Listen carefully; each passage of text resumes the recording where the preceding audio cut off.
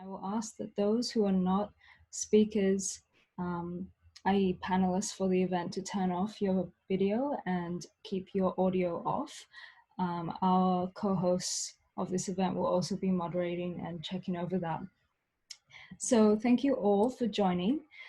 So to start off with, we are the Queensland division of the United Nations Association of Australia Young Professionals, and we are a national network of young professionals from a wide range of industries working to support the goals of the United Nations and the Sustainable Development Goals. So, one sec. Sorry, my Zoom is a little bit lagging. So this year we have hosted events on modern slavery, National Reconciliation Week, and World Refugee Day, and we have a few more great events, including our upcoming event on the COVID-19 pandemic and economics next month. So before we proceed, we would like to acknowledge that this event is being hosted on the Turrbal and Yagara lands. We acknowledge that the elders of this land, past, present, and young emerging leaders in the community, and that sovereignty was never ceded. Additionally, we would love for everyone in attendance tonight to put in the chat the names of the traditional owners on the land on which you are viewing this event from tonight. So thank you all to those who made a donation when you registered. This generosity helps cover the technical costs for this event, and a huge thank you to the groups and individuals who help promote this event on social media. We are all volunteers and your support is greatly appreciated. So this event is being run in collaboration with Humanitarian, Responsibility to Protect Student Coalition, the University of Queensland School of Political Science and International Studies, Global Shapers, Gold Coast and Canberra, and finally Oak Tree, Queensland. We will also encourage donations to Global Shapers, UNICEF, the UN Economic Social Commission, and Pollinate Group, and we will share these links to these pages with you after this event. So tonight we have a diverse panel and equally diverse facilitators. And the aim of this event is to connect as well as gain insightful conversation and knowledge sharing. The event will be divided into two sections. There will be a panel discussion with our moderator and MC, which is me, and 4 speakers for roughly 40 minutes. And then there will be a Q&A section for around half an hour, followed by a 30-minute networking session where attendees will be placed into breakout rooms, and that will be led by our facilitators. So this is a great way to discuss the event and unpack issues, as well as a good chance to meet other humanitarian changemakers and like-minded individuals. In order to ask questions to our panel, we will put up in the chat box a link that will send you to the Q&A platform where you can input your questions to any of our panelists.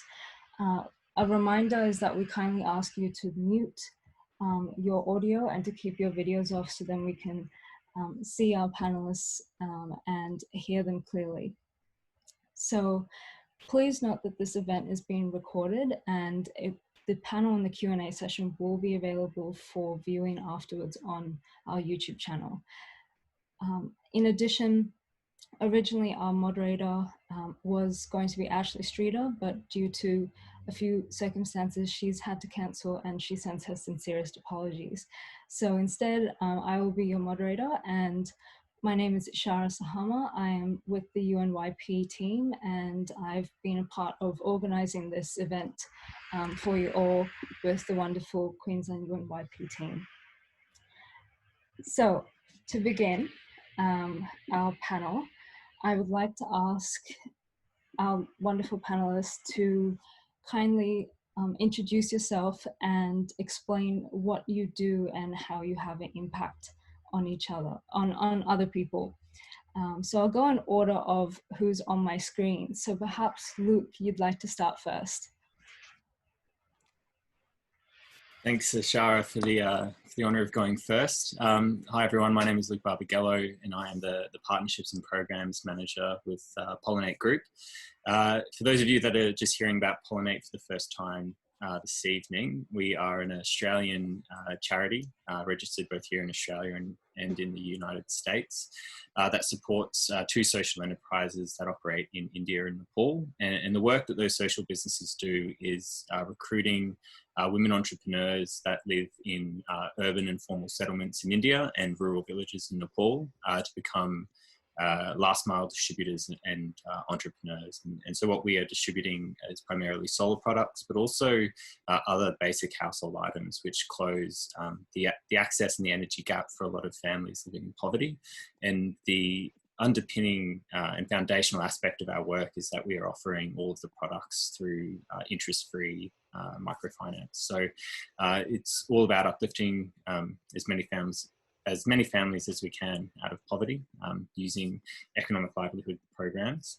My background, I studied business, majoring in entrepreneurship. I've been a part of 2 failed startups, and I am currently doing a master studies at RMIT, studying the Master of Disaster Design and Development. So in terms of how I impact people and you know, what that path is for me, I like to think that I'm impacting in my own immediate sphere. I've got a young family, but beyond that, in my professional life with Pollinate, I've been leading our fellowship programs for the past 3.5 years, which has seen in total around 700 young people from 17 countries travel to India and Nepal to intern in our organisation, bringing valuable extra capacity into our enterprise, which has helped us grow.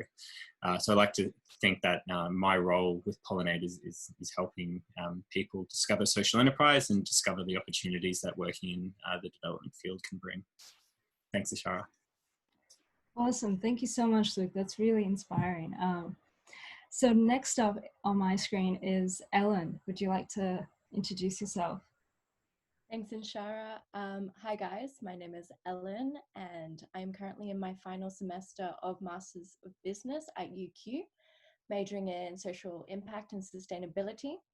Sort of what brings me here is over the past 3 years, I've lived and worked in both Bangkok and Colombia, doing research work relating to sustainable livelihood development, sustainable development and gender empowerment. And so my thesis topic is currently looking at how blockchain technology can provide a window into stakeholder experiences and facilitate organizational ambition for sustainability. Wow, that's incredible. And you know, again, moving to another incredible panelist tonight is Saad. Would you like to introduce yourself? Thank you, Shara. So my name is Saad Al-Qassad, and I'm currently a first-year medical student at the University of Melbourne. And I guess my first humanitarian work that I've done was during the Syrian war. So I'm from Syria, originally from Syria, and I've lived through the Syrian war for 3 years. And during that time, there was a huge humanitarian need. And so I worked with the Red Cross through my Scout group in humanitarian aid, so organizing, putting together and distributing humanitarian care packages to the displaced people who were taking schools as shelters and fleeing the suburbs which were being shelled. Unfortunately, this made us a target. This made my Scout group a target for the Syrian government, and my Scout leader was arrested and tortured to death, and my Scout hall was burned down, and my brother was shot. However, he was lucky to survive, and this forced my family to flee Syria and leave everything behind. I was lucky to make it to Melbourne, Australia in mid-2014. And ever since, I've been giving talks at communities and schools across Australia, sharing my story, informing others about the refugee crisis and why we have a refugee crisis. They were born in poverty. And as a medical student, I'm passionate about three things. Firstly, the health of all human beings, regardless of their gender, race, color, or sexual orientation. I'm particularly passionate about the health of those who are injured because of war, especially vulnerable people such as children and elders, because I've seen firsthand what the lack of doctors and the healthcare workers can result in such scenarios. Secondly, I'm passionate about the health of refugees and asylum seekers who in so many countries, some of them, including here in Australia, suffer lack of healthcare. And some people are unfortunately suffering offshore as we talk. And thirdly, I'm passionate about the role of doctors making positive impact on people's lives. And you can see like this through crisis and through war, how doctors inspire compassion and resilience in vulnerable people in communities. And I really hope that, you know, I've experienced it firsthand, how one doctor or a few doctors inspired hope in a whole city. So I long to be someone who can have such an impact. Thank you so much for sharing, Saad. I'm looking at the comments as well in the chat box, and a lot of other people are, you know, commenting that thank you for sharing, and that you're all inspiring, and we haven't even introduced all the other panelists. So last but not least is Erika. Hi everyone, thank you Ishara, and thank you for having me be part of this discussion. So my name is Erika. I'm originally from the Philippines, but I'm currently based in Brisbane. As I just finished my master's in UQ in Peace and Conflict Studies. I was also part of the Rotary Peace Fellowship program, and at the moment, I am working as a consultant for UNICEF in headquarters in New York, as well as with UNICEF in the East Asian Pacific Regional Office, working mainly on gender empowerment, humanitarian, and peace building response, especially in the context now of COVID-19. I'm also a volunteer with the Asian Youth Peace Network and currently the global focal point for SDG 16 with the UN Major Group for Children and Youth. So things that I'm passionate about is like a little bit of background. I am a humanitarian worker in the Philippines and responded to crisis in disaster and conflict settings, particularly on indigenous peoples in Southern Philippines in Mindanao. And yeah, what made me move to this kind of work is also from experience of seeing the poverty and inequality in my area. So yeah, I'm really looking forward to have this floor and platform to hear more of the stories as you mentioned. So yeah, thank you. Thank you all so much. So we have a few pre-prepared questions for our panel discussion, and then after which we'll go to a Q&A. There you go, we've got the link for the Q&A platform. So feel free to access that throughout this panel discussion. But to start off with, and this question is open to all our panelists, what do you consider to be the most challenging aspect about your work or your studies, and how do you overcome this?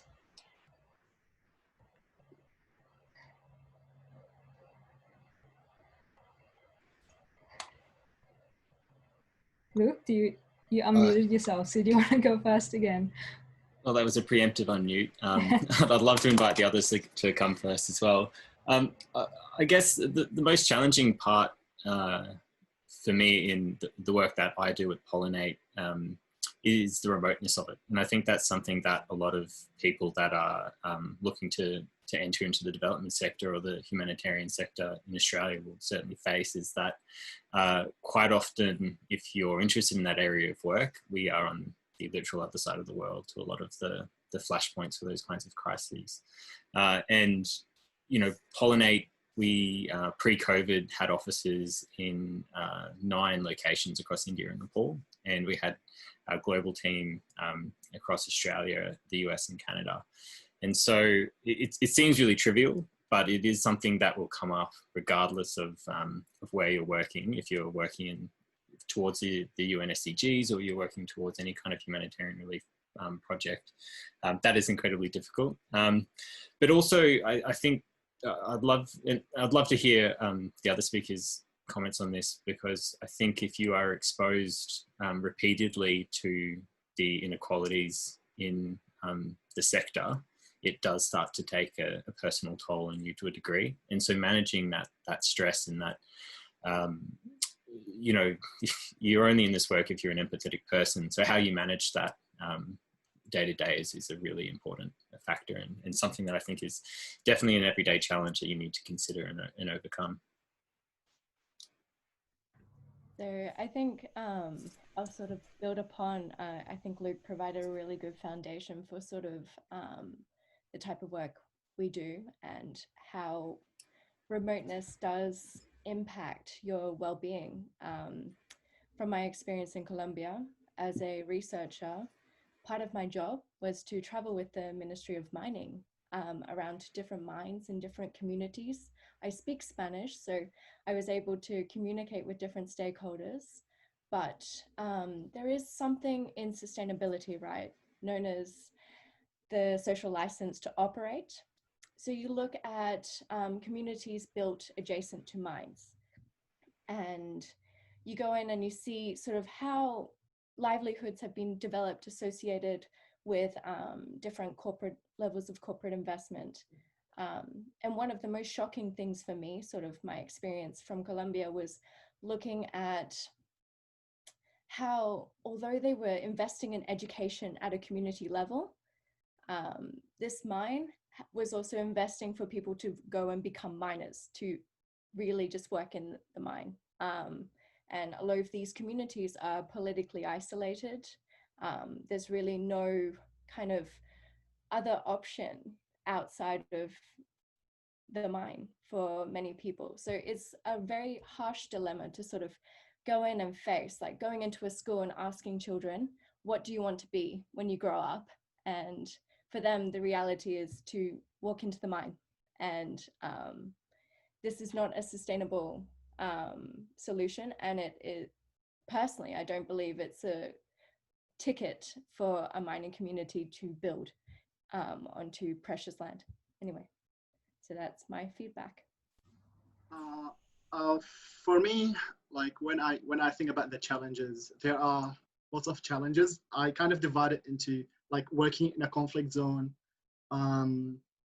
which come with really horrendous challenges and risks, because like, for example, you're scared for your life. You know, in Syria, hospitals were targets, humanitarians were targets. Anyone who was trying to help was a target for the government. And, you know, at some point, it's so sad that you're not just like being scared for your life is not your priority, but what they might do to your family. And for example, the scout leader who was arrested and who was tortured to death, they did not only do that, they didn't spare his family. Both of his brothers were later arrested and they were killed as well, leaving a single mother grieving for her 3 sons. So you're scared on your life and your family. On the other hand, the work that I do now, which is public speaking, and I've done over 350 talks over this 4 to 5 years, is that you're revisiting an emotionally traumatic experiences every time you talk, and it does have a toll on you. You know, like just having to remember that over and over again, and revisit it, and remember your friends who were lost, remember your suburb, and these things. But it helps knowing that you're telling their stories and you're telling what's happened. And one last thing as well is remembering that you're giving people another perspective. And you know, like one way that I helped myself learn English is through watching the Australian Parliament question times. And whenever I tell, like, they just tell me, what are you doing? You know, and there's a kind of a bit of misappreciation of, you know, the system here. Like, how, for me, it's amazing. It's amazing that, you know, they are able to challenge the Prime Minister and, you know, swear at him using parliamentarian terms. And that's something that we didn't have in Syria, and we never had. And that's why Syria, like, we're trying to get that. We were trying to get this democratic change, and everything that's happened is because we lost that. So people don't appreciate this. And I really do want to give people another perspective so they can appreciate these things. So maybe I'd go next. So maybe 3 things. First, as a humanitarian worker, the things that you have to give, like, you always have to keep check this thing that we call the biopsychosocial, making sure that you have the balance of your biological self, make sure you're healthy, your social, your relationships with other people, at the same time, your mental health and well-being. So I feel like those are the things that we, like, for me, I often forget as a humanitarian worker, since you get into the jobs and, you know, you are into you're pushed to that setting. So yeah, keeping mind of that. Another challenge that I've faced working in this field is the perception of working with a young woman.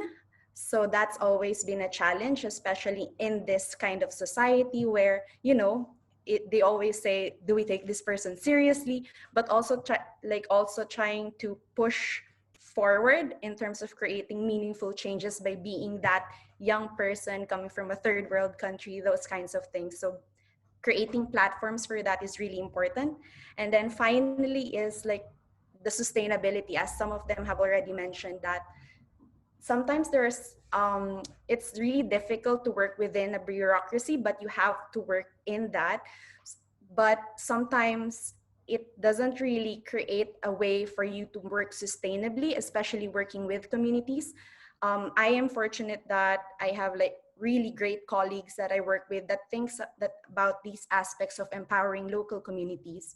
However, it's very ingrained in a lot of people that not to think about the sustainability aspect, the empowerment aspect, but thinking more of, you know, high level politics without really considering what's happening on the ground. So those are like the 3 main challenges that I have experienced throughout, you know, this time. Thank you all so much. And I noticed that there was, you know, a few interlinked kind of factors that came from what you all said. And off the top of my head, you know, it's things such as, you know, creation of empathy in yourself. If you're working in this sector and you're also personally linked to the communities which you're helping, there could be a factor of reliving or re-experiencing trauma or even intergenerational trauma. And again, Erika, what you just mentioned on the 3, you know, the bio and the all those spheres that you have to work in, it's much more complex than what we thought it would be if we're kind of looking in and wanting to work in this sector or work with other humanitarians.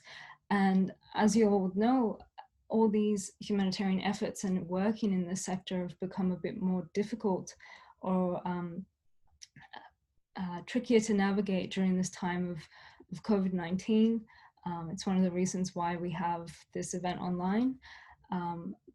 But what I want to ask the panel is, you know, it's said that COVID-19 is likely to increase humanitarian needs and multidisciplinary collaborations. What impact do you think this will have on said efforts and particularly in your area of work?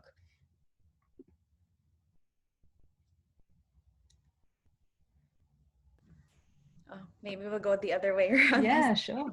Yeah, so the challenges in COVID-19. So at the moment, I'm working remotely, obviously. So aside from the time zone different from Australia to New York, yeah, I feel like we can't really do business as usual in this context. And we really need to adjust to the current context in a way that doesn't also, how do you call this, interfere with the type of quality that you want to do. And then like this context really shows how it is important to really work with the local actors, with national actors from the grassroots, because they're like in humanitarian response, they're actually the first responders. So they should be the one who you would empower, who you would build capacity.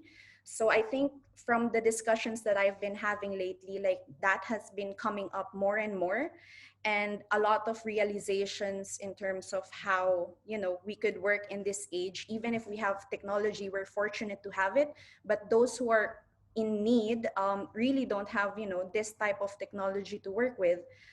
However, yeah, so that's the type of change that I feel that's happening now. People are taking grassroots action more seriously.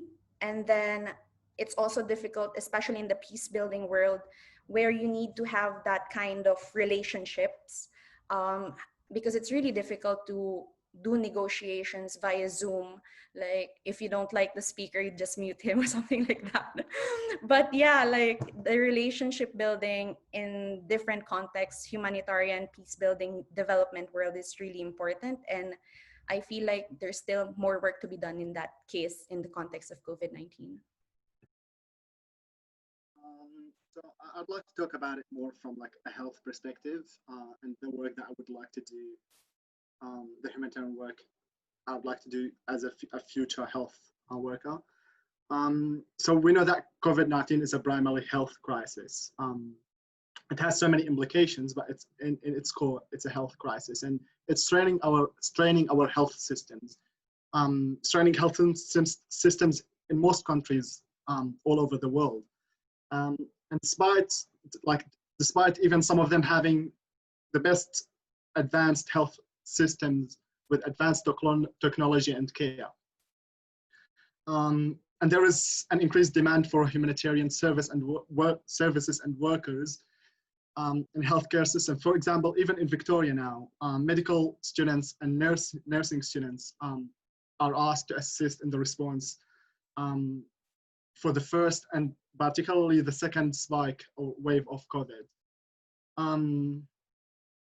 We also know that COVID-19 affects communities differently. So, for example, the Indigenous community in Australia is affected more profoundly by COVID. And there are many factors that contribute to this: social, economical, comorbidities, etc. Hence, these communities would require even greater care and greater humanitarian health collaboration to prevent these worst outcomes that might come with COVID. So now imagine how it would be for, you know, in a refugee camp or a community that lives in poverty or a community that lives under war where there's significant lack of doctors and medical care already, which leading to untreated, poorly managed diseases, etc. Imagine how COVID would make, how worse COVID would make it. You know, lack of testing, inability to isolate, inability to maintain distancing, overcrowding, lack of masks. So these factors would lead to disastrous humanitarian outcomes if COVID was to reach in high frequency to these areas. So I think like this requires actions and activism, intervention, humanitarian intervention, and humanitarian relief. And it requires collaboration between humanitarian medical teams and advocates to kind of make sure that these outcomes, disastrous outcomes, won't be reached. So building upon what Saad has just said, amazing. I think it kind of raises the question that we need to start asking some bigger questions about how like nation states govern and coordinate responses and spend to ask about the relationship between businesses, government, and civil society as well. Looking at addressing humanitarian needs and multi-collaboration. Sustainability, the sustainability sector, really kind of how it's transformed, how COVID-19 has impacted us, is the systemic issues and sort of cracks in the system that are really opening up as a result of the fragility that this crisis has caused. So the reality really is that our very way of life is likely to be, has been profoundly changed forever. And this is sort of like an opportunity for all of us to kind of, I guess, not to reshape our future and to really question certain weaknesses in the systems, in our system, in our organizations, and in our communities, instead of just responding to each challenge.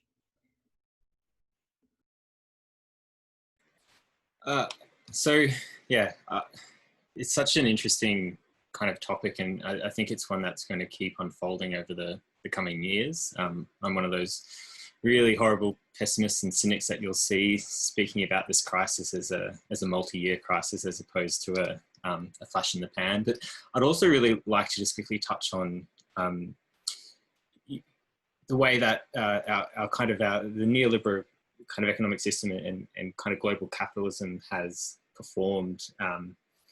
You know, that a lot of the systems that, at least us in the West, but the type of systems which are being kind of promoted and seem to dominate the world economy are the ones that are most fragile to this crisis. If you compare the response to the crisis between Vietnam and the United States, you have an absolutely different outcome in terms of both the deaths, but also the effect on both nations' economies, and also just the approach to the crisis is incredibly different.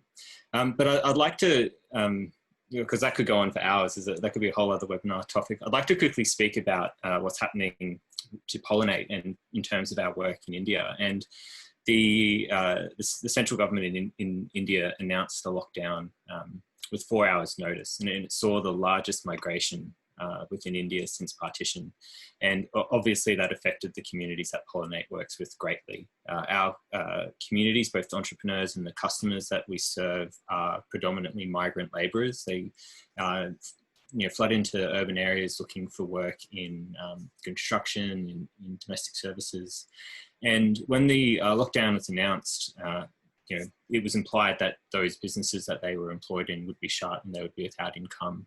If there is no income, there is no food, there is no firewood, there is no gas to cook with. And so some of the communities that Pollinate serves saw a reduction of near 70% in the space of a week. And 5 months on from that, that lockdown being announced, we're still seeing the effects of that that lockdown and that migration.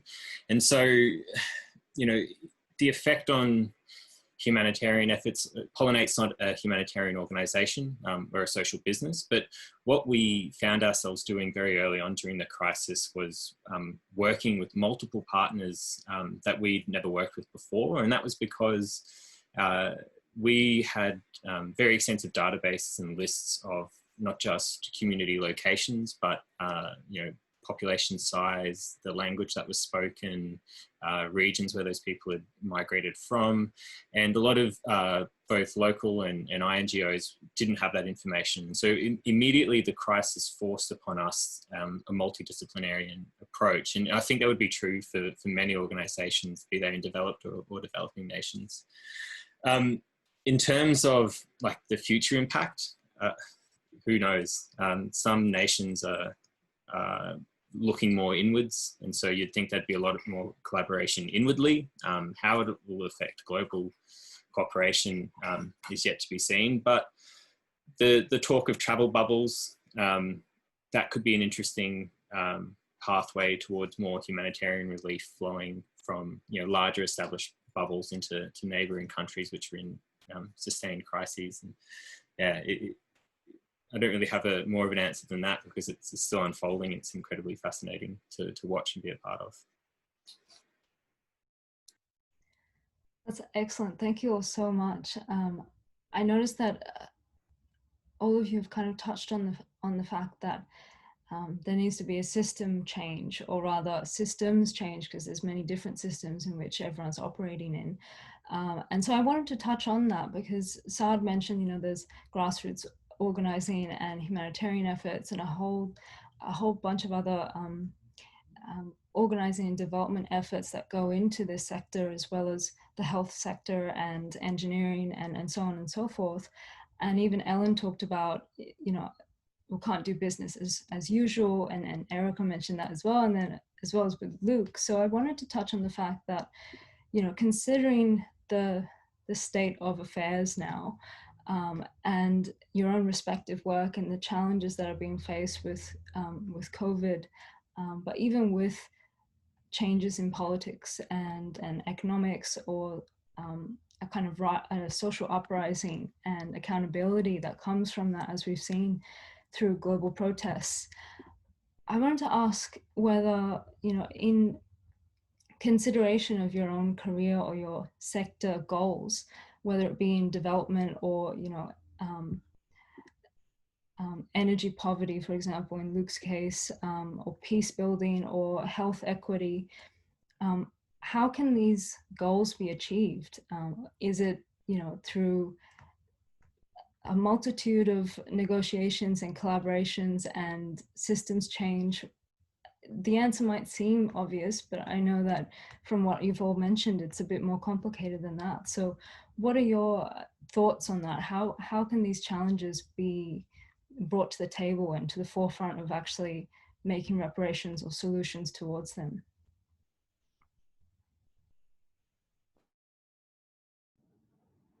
Okay, so maybe I'd go. That's a big question, but definitely, like, there are different ways I feel in terms of answering it. But connecting it to the work that I'm doing, which is mainly working with and for young people. So yeah, that language of working with and for, not simply for, is key in order to make sure that the programmatic or the projects that you're making and the policies that you're making is informed by the stakeholders whom which these policies and programs are for. So like, for instance, the work that I'm doing with UNICEF is the IASC guidelines and working with and for young people in humanitarian crisis. So these guidelines are actually to help humanitarian workers to maybe learn and unlearn the practices in terms of how young people are being seen in the field of humanitarian work, rather than looking at them as, you know, beneficiaries or young people who are perpetrators, or seeing them as, you know, as mere victims, like looking at them as partners into the different work of humanitarian work in the field is done. So it goes both ways. One is that, you know, these guidelines are informed by young people themselves. So bringing them to the table, and young people actually are making these platforms and trying to push forward their voices into these guidelines. So these guidelines are done from bottom up as well as top bottom, wherein you need the policymakers, the bigger organizations to really support these efforts. So it goes two ways. And then, yeah, trying to see how these, like, as you mentioned, intergenerational, like cross-sector, and like for high-level officials and grassroots to come together to build towards a common goal. So in this case, for young people to work with the UN and different humanitarian actors in pushing for a common goal, to have young people meaningfully engage in these processes. So yeah, that could be like one example in terms of answering your question from the experience that I've had as well. So I'll just kind of what Erika mentioned about how organizations relating to this issue. A lot of what my work is currently doing is looking at emerging technology and how it can provide a window into stakeholder experiences. So like blockchain coming during this crisis is actually raised a lot of points within the sustainability community about how we can use technology and other innovative means to share perspectives at the community level.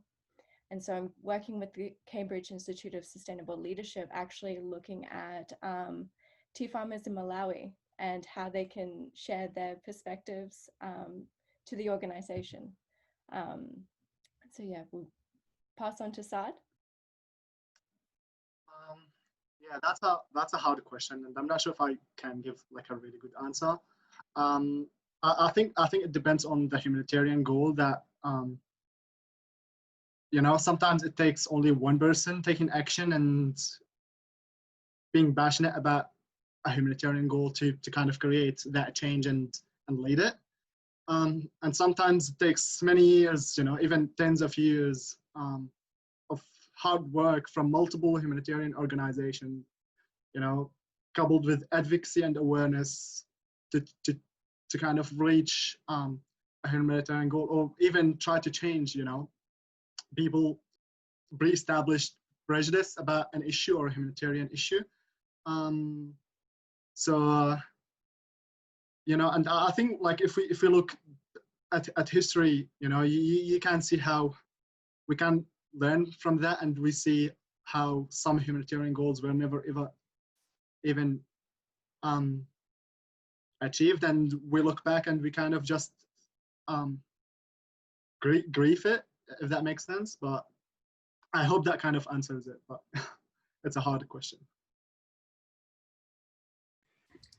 I just want to zero in on a single word that you said, Ishara, and that was reparations. And I think, like for me, language and representation is so important in this sector and on that topic. And one of the reasons that I still hold some misgivings, but one of the reasons I am really excited about the Sustainable Development Goals is because they've been approached as a global initiative, whereas the MDGs were very much following that pattern of, you know, global north,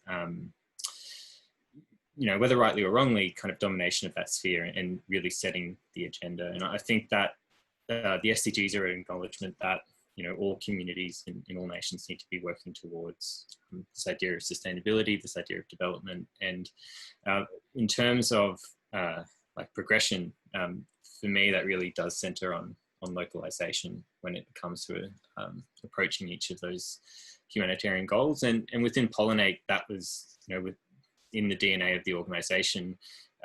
We are an Indian and Nepali social business at heart, but we were founded by 6 Australians who were in India. Those co-founders have all now exited the business, and we are a locally led organization, which is fantastic. And it would be great to see that more widespread, and I think it is becoming more so. And so going back to reparations, I think there is a responsibility of those nations and you know, those businesses as well that have profited from countries which are at different stages in the development cycle to support them you know, thoroughly and overwhelmingly. And one of the questions that's just in the Slido was about what would you like to see from commercial businesses around humanitarian work? Look, as an organization that straddles that social business kind of humanitarian side of things, I think untied funding is a really key aspect to what corporations and governments can do. And I understand that you need to have, you know, results-based mechanisms in place to a degree, but giving funds over and giving authority over and decision-making processes over to local communities who know what's best for them in their situation based on their context, I think is a powerful form of acknowledging that you know, people who are suffering from development challenges actually have agency and can actually have and lead the decision-making process as it relates to their lives. So I think I've gone off on a major tangent from the original question, but a few things that the other panelists have said kind of prompted me down that line. Oh, thank you. That was you know, you all have generally answered the question, which is the whole aim. I do want to go back to one aspect before we head into Q&A. Something that Ellen mentioned around blockchain. For those in our audience who are not aware what blockchain means, and in particular what it means in business or even sustainable business, can you give us a brief kind of definition or explanation of what blockchain is? Yep. So essentially, blockchain in the context that I'm talking about it is outside of Bitcoin. I'm looking at it from the sort of person-to-person platform. And so the model that I work on is looking at how smallholder farmers feed in information that works through the supply chain from each element and makes it up to the organization. So it's just informing data, like a data ledger. Yeah, and that's probably the most basic explanation I can provide. Yeah. Awesome, thank you so much. So looking at the Slido platform and all the questions on there, one of the most popular questions was, how can young professionals help to create change while in junior roles? And it's been upvoted a couple of times. So perhaps I'll ask Saad first, whether you're comfortable answering that first. Yes. So I think, like, when I think about it, I think first you have to have like a compassion or sorry, not compassion, passion for a case, and identify what you're passionate about. So once you've done that, you have to inform yourself, and I think leading change from a junior role is harder definitely than once you're in senior roles or in other higher roles. But I think it's important to collaborate with others and start be part of groups to kind of lead the change that you want in your humanitarian goal or the aspect that you're interested in talking about. So I hope that kind of answers it. Yeah, it does. Yeah, and maybe Erika, you wanted to add? Oh yeah, exactly what Saad said. Be more connected, because having a more like a bigger group of people and a collective action towards something really helps. For instance, when I was with UNFPA, there were lots of young people working for UNFPA, either intern, consultants, fellows. So we thought of putting together this young UNFPA. So we call them tangerines. If you know UNFPA's logo, it's a round orange. So tangerines are like the little oranges. So the young people came together, jointly created this young tangerines or young UNFPA. We talked about our experience being juniors in the field and created a dialogue with senior management on how we could, further create change in the organization and be more open to the innovation and the work. And the same is what's happening in UNICEF, where we have Young UNICEF, which is the same concept of creating that dialogue between junior professionals and senior management. And generally, like in the big UN system, we have Young UN, which is also the same concept of trying to create that kind of dialogue. So I guess that stems out, aside from the creation of dialogue, but also having the courage to really speak out in terms of the concerns and the challenges that you're facing as a young person in the organization, but also creating allies, because even if they're senior management, there are a lot of them has gone through being a junior, so they would really understand the concerns that you're trying to raise. So yeah, that has been one of the most effective ways that I've encountered in working in this system. I guess, yeah, finding a mentor within your organization, but actually very similar experience to what Erika said at SCAP in Bangkok. We sort of had our own little sessions. I think maybe Erika attended, called Pollinate. Ironically, Luke, I know, weird. but we would invite like a project officer from one of the different areas to come and share their story. And more often than not, the pathway to the UN and to their position at the UN was very different. Like you meet people that were teachers, people that were agroeconomists way before they like even made it to a headquarters. So it's quite interesting. So actually, yeah, connecting with others with similar interests, but also challenging yourself to be in roles that are outside of your field. Like part of my work in Colombia, I worked as a teacher at a chocolate factory for executives, which was a very cool experience, but it taught me a lot about the community within which I was working. I worked with a small school as well. So, you know, finding that balance and also challenging yourself to pursue other paths that actually develop skills that kind of, you know, link in with the end game. So yeah, hopefully that's helpful. Great to see that pollinate is being used as a noun, a verb, in many different organisations. In speaking to this question, I just want to quickly, preface my response by saying that I've never worked in large bureaucracies, and so I guess I've been unlucky and lucky in a way to have not had that experience. I've worked mostly in very small enterprises, and Pollinate, our total team is around 60 people, but the Australian team was 2 people when I joined, and currently is going to be at a high watermark of 4. But I think in terms of creating change, whether in small or large organizations, it does start with the people around you, whether above you, next to you, or beneath you in hierarchy. And I think a term that I was introduced to in 2016, and an area of work that I really looked into, is the idea of a sphere of influence. And it's as simple as kind of, getting out a pen and paper and going, where am I in the organization? What issues do I care about? Who are the potential people that may have, common values, shared interests that I can start to speak to? And then it's, all of those, cliched metaphors being the squeaky wheel, the nail that sticks out, the pain in someone's ass.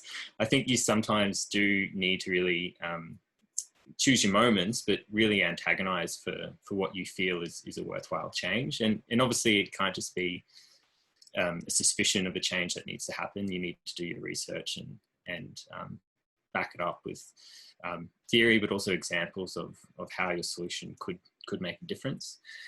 I guess working within a social business environment, we can use the market to test those ideas and theories ultimately, which is a slight advantage, I suppose. But I would really encourage anyone that's looking to make change in their junior roles is to have a look at those that are atypical to the sector. And I think as Ellen mentioned, those people that have had a roundabout way to finding their place at the UN or any large development agency, those are the people that have done things differently, that have probably made or created change at influential times in their careers, and seek them out and ask them how they did what they did, how they got to where they got, and tap that wisdom source. Yeah, thank you all so much. I think there's a few interesting points which come up, and Luke, you used the term bureaucracies, and it's not the first time it's come up in this discussion. Erika mentioned it before at the beginning, and I wanted to touch base on just the fact that, because also one of our Q&A questions on the Slido platform talks about, how do you get started working in the spaces, or what some of the key skills, and these are also questions which you can ask in the networking room, breakout rooms, if you're attending that session right after this Q&A part. But something that I'd like to add just very quickly is that as a young person myself, and I know that there are a bunch of people in this meeting who are also young people, and even our panelists, you're still young people. I would say that the ability to enter a workspace and be a sponge and be able to absorb information from a impartial perspective, but bring your own unique perspective, is crucial during these times. And it's as Saad said before, you know, for those who either entered a bit later in this event, Saad mentioned that he provides a different and a new perspective, and in some circumstances a very personal and first-hand experience as well. And that's something that's immensely unique, but also very important, especially when it comes to decision making or working around any embedded bureaucracy. So, you know, I'm not sure if anyone else in the audience picked up on that, but that's something I wanted to mention as well, is that as young people, especially to those in this event who are attending, you have such an incredible ability to be a sponge and just absorb and observe, but also learn from what's happening around you. So if anyone wants to add on to that, feel free. If not, I'll go to the next Q&A question. Hold on a sec, I get that up. So a really interesting one is submitted anonymously, and it asks, going to uni in Australia, I was taught that the, in quotes, West had the answers to many humanitarian problems. How do you challenge this and find ground up suitable solutions? So maybe Luke, if you want to start, because you mentioned, you know, the whole aspect of reparations and the story around Pollinate, or anyone else who'd like to go first, maybe. No. Yeah. Again, huge question. So the COVID crisis in the US at the moment, FEMA is responsible for the COVID crisis response in terms of like a national coordinator, but it will also be responsible for any responses to natural hazards that come up in the coming months. And so the southern US is entering its hurricane season, and there's bound to be some kind of incident. And so that kind of, you know, that idea of like, you know, the West is the answers, it doesn't. And I think that's a real trapping and a real kind of cognitive bias that we've all been led to believe. And it's centered in a whole lot of things like, you know, privilege and cultural and racial supremacy. So I don't want to go too deep into that topic, but I just want to, like, again, stay on that COVID and that cyclone theme and mention that there was, you know, a cyclone that hit West Bengal and Bangladesh and the kind of east coast of India in around May 17, 18, 19, 20, Amphan. And during this crisis, the state of Odisha, which has a very well established emergency management system, was doing evacuations, and they were considering social distancing in those evacuations in light of the COVID crisis. And, you know, I think that this idea that the West has the answers to humanitarian problems is, you know, really flawed, because, you know, the Bay of Bengal is the first kind of hurricane season, cyclone season of the year, and also the first to be experiencing it in direct, you know, simultaneously to the COVID crisis. So of course there are going to be lessons there which can be transplanted into lots of different jurisdictions. So yeah, I think, you know, that the West has all the answers is wrong.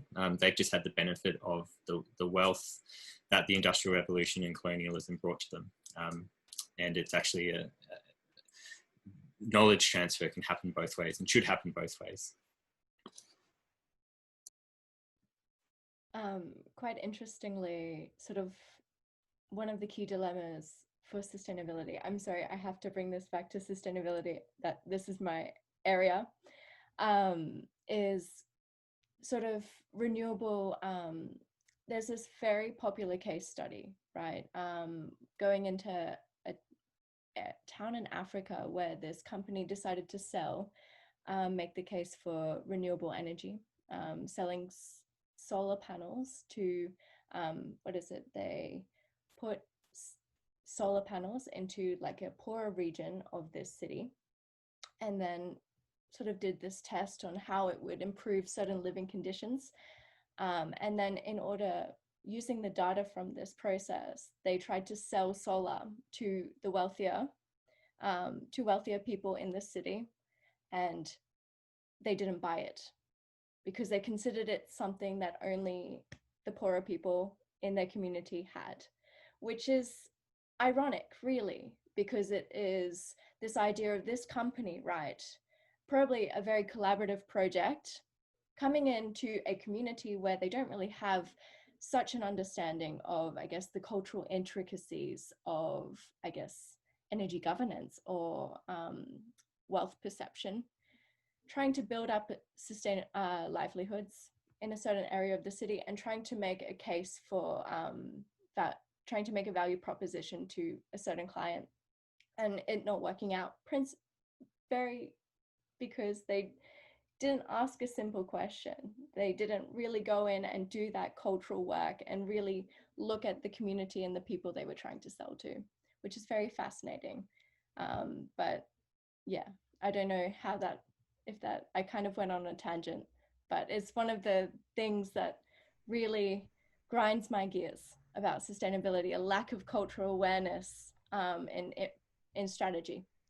And, you know, looking at the bushfires in Australia and employing backburning techniques when our cities really are colonial structures, to a climate cycle which is really not indicative of really traditional Indigenous knowledge. Looking at the rate of fires that began during February, from December to February this year, please correct me if I'm wrong, you can see parts of Australia that are actually governed through where certain communities have full control of their backburning practices that have minimal sort of infrastructure influenced by big companies and government, where there has been sort of links to there not being as many fires, which is like a bad claim, but it is an example of how we need to be more cognizant of how cultural issues and West is best actually impacts Australia too. Anyway, on to Sad. Thank you. So there are like a few things that I'd like to address in this question. So the first one is about, you know, the innate bias, or because I too was taught in Syria that, you know, the Syrian system has the answers, or the government has the answers, or they were the right ones, and or, you know, and like I knew that was incorrect because of my dad's story and the struggles that he's been through, but that's a whole different story. But I think like acknowledging that that bias, that my solution might not be the right solution, and I have to dig deeper and find a better solution. I think, however, about the being, you know, in the West, or let's say in a democratic country, for example, you're just in a more powerful position that, for example, I'm now in a more powerful position that I was in Syria, in a dictatorship country, to push for change, a humanitarian change, or solve an issue that I'm passionate about. And it's important to acknowledge this position that I'm in and try to leverage it to benefit others and help others. But it's not through pushing solutions on, you know, communities or whatever the goal that you want to do. And I'll just give that like example to in a health system, for example, right? We know that, for example, Aboriginal communities have lower life expectancy, and they have higher risk of developing chronic diseases. And that's an issue that's need to be solved. And lots of doctors have their own different ideas about how this issue should be solved.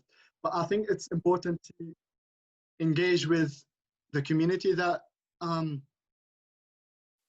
where the issue is, and kind of hearing their perspective, understanding the whole story, and seeing all the different things that lead to the humanitarian crisis, let's say, that you want to solve. So I'm just giving an example, but that kind of applies to any situation that you want to solve. You want to help push for a humanitarian change. Yes. Yeah, maybe in addition to what has already been said, I mean, we just had this conversation with a few of the young people in Southeast Asia on the topic of decolonization and the efforts of decolonial development. And one of the solutions that was discussed then is through like civic engagement and like meaningful participation of the different stakeholders, and in this case is young people. And it's not only in one process that they're consulted, but bring them into the table in part, being part of the decision making that's happening. So in all phases, from designing it, implementing, monitoring, and evaluation. So in the different phases, as well as the different levels, from grassroots, national, to the global discussions that's happening. So I feel like, yeah, as you said, like there's different cultures. For instance, in the Philippines, we had lots of colonizers. We had the Spanish, we had the Americans, we were occupied by the Japanese. But the experience of my ancestors who are from the Philippines is different from the natives that are originally from the Philippines. So there's different kinds of experiences regardless of where you are. So the decolonization discussion does not only stop from from in country to the West, but also inside countries. There's lots of also decolonization discussions happening. So just bringing those stakeholders to the table and understanding their experience and their concerns is, one step in terms of finding solutions to these issues. Thank you all so much. That was so inspiring, and I just can't even fathom how much information is just being presented. I'm speaking on behalf of our audience in saying that you all have contributed immeasurably with your time and your knowledge, and I genuinely thank you for your time. So that concludes our Q&A session. I know that there were really good questions by some of our audience members in the Slido platform. Yes, thank you once again. There'll be lots more fantastic events in future, so please follow us on Facebook and Instagram, or sign up for membership. There are 2 excellent events coming up next month. This Friday, the UNAA is celebrating International Day for World Indigenous People with an engaging panel discussion. And on the 15th of September, we'll be discussing the pandemic means for young Australians' economic future with Danielle Woods and Professor John Quiggin. We're also recruiting new volunteers to be part of our committee. So that's going to be with Joelle and Kumi and myself and Erika and Ishara. So basically we're recruiting new members to be part of the social media and communications team, and also with the events team. So putting on great webinar events like this. So look out for advertised opportunities and apply, and stay tuned in our social media channels. Lastly, thank you so much for participating in our Humanitarians Changemakers event, and please stay in touch. Remember, anybody can do humanitarian work, no matter who you are. We hope that you've taken away some useful tips on how to get involved. Thank you so much, everybody. Bye, everyone. See you.